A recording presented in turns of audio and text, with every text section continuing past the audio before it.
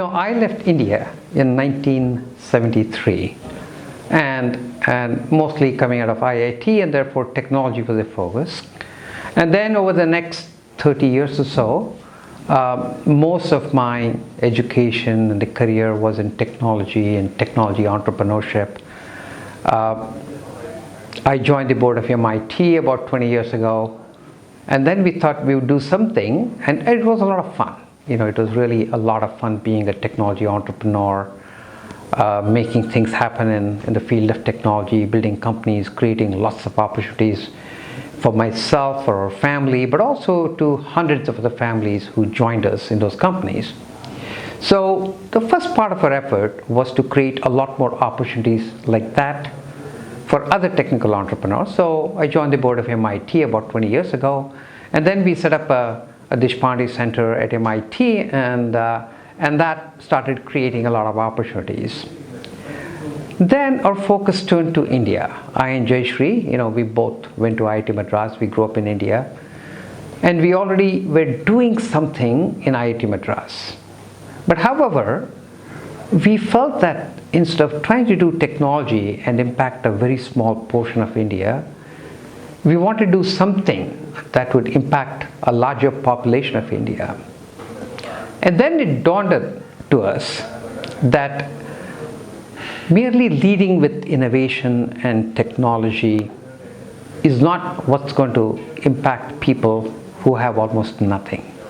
When people are just struggling to get through the day, it's not like they are looking for innovation. And that was the trigger to create this project called the Social Innovation Sandbox in Hubballi. And over the 12 years, it's not been a straight line, it's been a learning all along. But the learning has been that if you really want to have impact on the lives of these people, you have to co-create the solution with them, because once you're successful, your risk tolerances are very different, the way you live is very different. So it's really very hard to really appreciate the problems that these people have who don't have many opportunities. And therefore realized that instead of trying to lead with solutions and innovations, co-creating the solutions with them, and if just in case you happen to come up with a good solution that can have an impact, then creating capacity within those communities to spread the solutions is the theme, is the thing that we wanted to do. And over the last 12, 13 years or so, we learned two things. Number one, that it's absolutely the right thing to do. It's a hard thing to do. It's a cultural difference. It's very bottoms up. There's no magic bullet. And it takes time. And so slowly we've built enough strength now to be able to see that if we have a solution, we have the capacity to spread those solutions out. And also, we are connected enough with the people that we're trying to help that if we have an idea, we have a way to check it with the customers and get the feedback and make sure that we improve on that solution and so on. And then over the next 10 years, what we would like to do is, on one side, we see people like MIT, Harvard, Stanford, all these people who have fantastic ideas, very genuine intentions, and most of them do want to help these people who are impoverished. Because in some ways, there's been so much progress over the last 50 years that rich people really don't have those many problems. All the real interesting problems that can have a huge impact really affect the bottom 5 billion people in the world.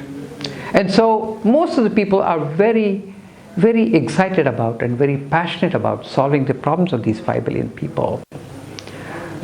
And in US alone is $400 billion a year, and it's amazing how much good work there is. There is great intention on the part of people to have a big impact. But unfortunately, those ideas remain to be ideas and see very little impact on the people for whom these people are working so hard. Primarily because there's no capacity in the communities that these people are trying to help to really absorb these ideas. So in some ways, I think we have created a world where there are people, the bottom 5 billion, where they live in conditions which are not acceptable to us. But at the same time, the people who are at the top of the pyramid, who have a lot of resources, who are very smart and have a lot of ideas, are creating all kinds of things, all kinds of institutions, all kinds of white papers and research and technologies. But they just stay in that club and don't have the impact on the people who need it. And so we're hoping that the next 10 years will find good ways to bridge the two sides. Because we know that even though we need to co-create the solution with the people who need it and start impacting their lives, we cannot really scale that impact and impact billions of people without innovation. When you have to scale it, just like what you need in the developed economies, you need sophisticated tools, techniques, you need platforms, you need financial engineering, you need policies. But they need to be connected. So making sure that we can align the intent, innovations, and the impact seems to be the need of the hour. And instead of having these three groups of people do their own things, we need to somehow bring them together, find ways so that they can all work with each other. And if we can do that, it's a very exciting experience. For example, I've been on the board of MIT, and when I'm at MIT is a pretty good place. On a scale of 0 to 10, I would rate it maybe 9.5. But we are really trying hard to look for ideas that can make it 9.6, and which we should. But at the same time, when I come to Hubli for the sandbox, on a scale of 0 to 10, maybe it's 2. But going from 2 to 2.5 is really not that hard. It's pretty simple ideas. And when you go from 2 to 2.5, you're creating a huge impact on the lives of the people. And the amount of momentum it creates, the amount of hope it brings to the people, the amount of excitement that it creates among the people is what's really impressive. And it's that hope and excitement which then propels these people to higher aspirations, wanting to do more, wanting to be ready for more and more innovation, because they want to improve their lives at that point. They have not given up. They don't feel victimized. They don't sit around and just complain, because now they have a taste of what it can be to reach out and improve their own lives. And so, in some ways, even though a lot of these problems are very hard to solve, they're also pretty easy to solve, because you don't really need very, very big ideas.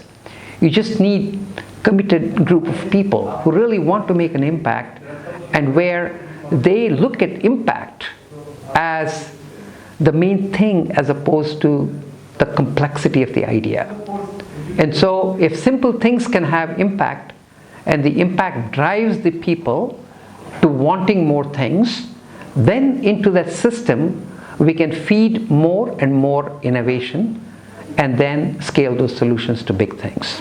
So I'm hoping the people with fantastic intentions, people who have resources, people who have ideas, innovators who are very capable of coming up with ideas that the world has never seen before, and people who are really on the ground working on the impact, can really come together and scale those simple solutions, impact the lives of many people, and then slowly build on it. I'm very hopeful that if we really put our minds to it over the next few decades, we can really move away from this concept of bottom of the pyramid and give everybody an opportunity to live a full life and be a full participant in the new global economy.